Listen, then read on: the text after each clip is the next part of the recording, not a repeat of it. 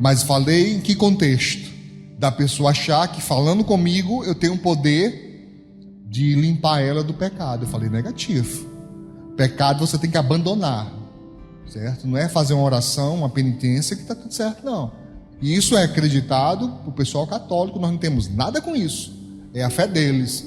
Mas para nós cristãos evangélicos, não é assim.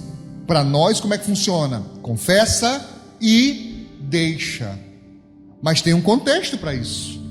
E o contexto é: você pecou contra Deus, você confessa a Deus. Mas você pecou contra o irmão, você tem que confessar ao irmão. E a pessoa só enterra pecado, só esconde pecado e acha que está tudo certo, e as coisas dando errado, e as coisas indo de mal a pior, as coisas indo ladeira abaixo. A pessoa não sabe o que é. Entende isso? Davi, ele achou errado, irmãos, não saber quantos soldados tinha no exército. Davi era um homem segundo o coração de Deus, fazendo as coisas certinho, mas se agoniou, teve uma inquietação.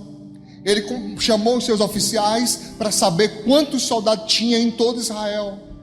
O seu general chegou para ele com um bom conselho.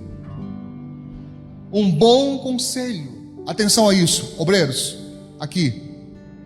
Os meus obreiros são testemunha que em todo e qualquer evento da nossa igreja, eu os reúno e pergunto: o que vocês acham sobre isso?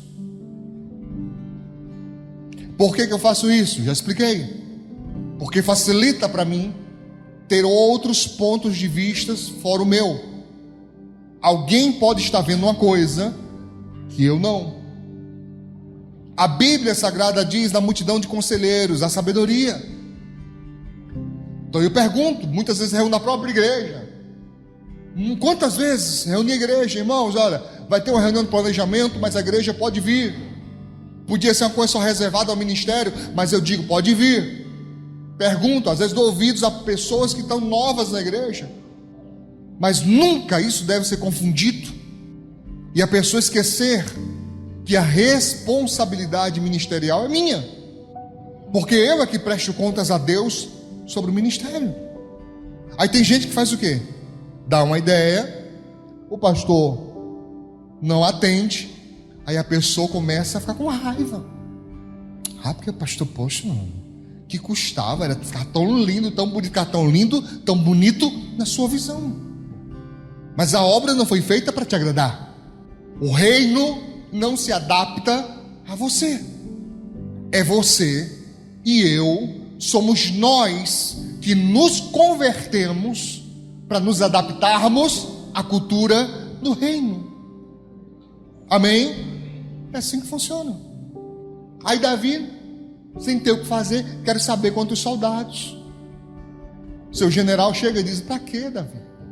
Que Deus acrescente mais e mais, mas não precisa, a gente fez. Não precisa de saber quantos soldados tem, porque nós estamos vencendo todas as batalhas. Davi não deu ouvidos e o rapaz estava certo.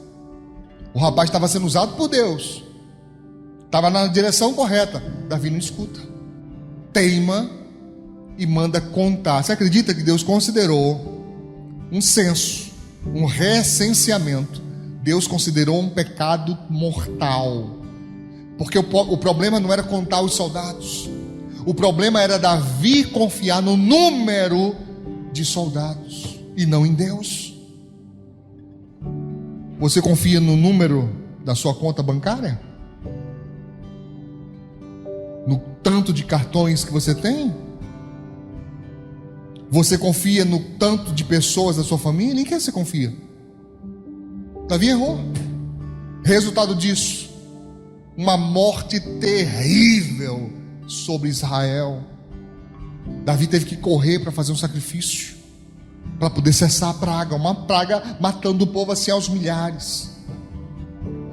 Entende o que eu estou dizendo? Pedro, o apóstolo, ele achou errado quando Jesus disse: estou indo para Jerusalém, descendo para Jerusalém, ou subindo para Jerusalém, e chegando lá eu vou morrer. Pedro escuta aquilo, diz a Bíblia Sagrada que imediato ele vai: não, Senhor, vai nada, não vai morrer não.